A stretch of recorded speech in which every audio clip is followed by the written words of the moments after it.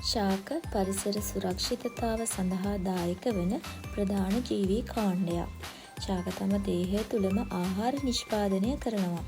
එම නිසා ශාක ස්වයංපෝෂී ලෙස හඳුන්වනවා. පෘථිවිය මත ජීවීන්ගේ පැවැත්ම තහවුරු වෙලා තියෙන්නේ මෙන්න මේ ශාක නිපදවනු ලබන ආහාර නිසා. ශාක විසින් සිදු කරන මෙම ආහාර නිපදවීමේ ජෛව ක්‍රියාවලිය ප්‍රභා සංශ්ලේෂණය කියලා හඳුන්වනවා. ශාකයක ආහාර නිපදවන ප්‍රධානතම අවයවය වන්නේ ශාක පත්‍රයයි.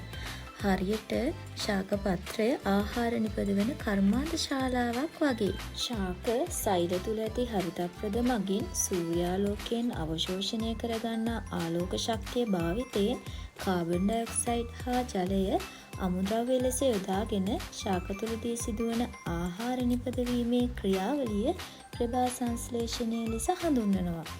ප්‍රභා සංශ්ලේෂණයේදී ඵල ලෙස ඔක්සිජන් හා ග්ලූකෝස් නිපදවෙනවා. ප්‍රභා සංශ්ලේෂණයේදී නිපදවෙන මෙම ග්ලූකෝස් පත්‍රය තුළදී පිෂ්ඨය බවට පරිවර්තනය වෙනවා. මේ පිෂ්ඨය ශාක පත්‍රයක් තුළ අඩංගුද කියලා තමයි අද අපි බලන්න යන්නේ. මුලින්ම අපි රූපයේ ආකාරයට ශාක පත්‍රය නටන ජලයේ බහා රත් කරනවා. ඊට පස්සේ මධ්‍යසාර සහිත කැකෑරුම් නලයක් තුළ කලින් තම්බාගත් ශාක පත්‍රය බහා නලයේ එම ජල බීකරයේම ගිල්වා පත්‍රවල පැහැය අවර්ණ වනතුරු රත් වෙන තියෙනවා. ටික වේලාවකට පසු ශාක පත්‍රය ඉවතරගෙන පිරිසිදු ජලයෙන් සෝදා අයඩින් ද්‍රාවණයෙන් බිංදු කිහිපයක් ශාක පත්‍රය මතට එක් කරනවා. මෙහිදී අයඩින් හමුවේ ශාක පත්‍රයේ නිල් පැහැයට හැරෙනවා ඔයාලට බලා ගන්න පුළුවන්. ඒ අනුව ශාක පත්‍ර තුල ප්‍රභා සංශ්ලේෂණය සිදු වී ඇති බව අපිට නිගමනය කරන්න පුළුවන්.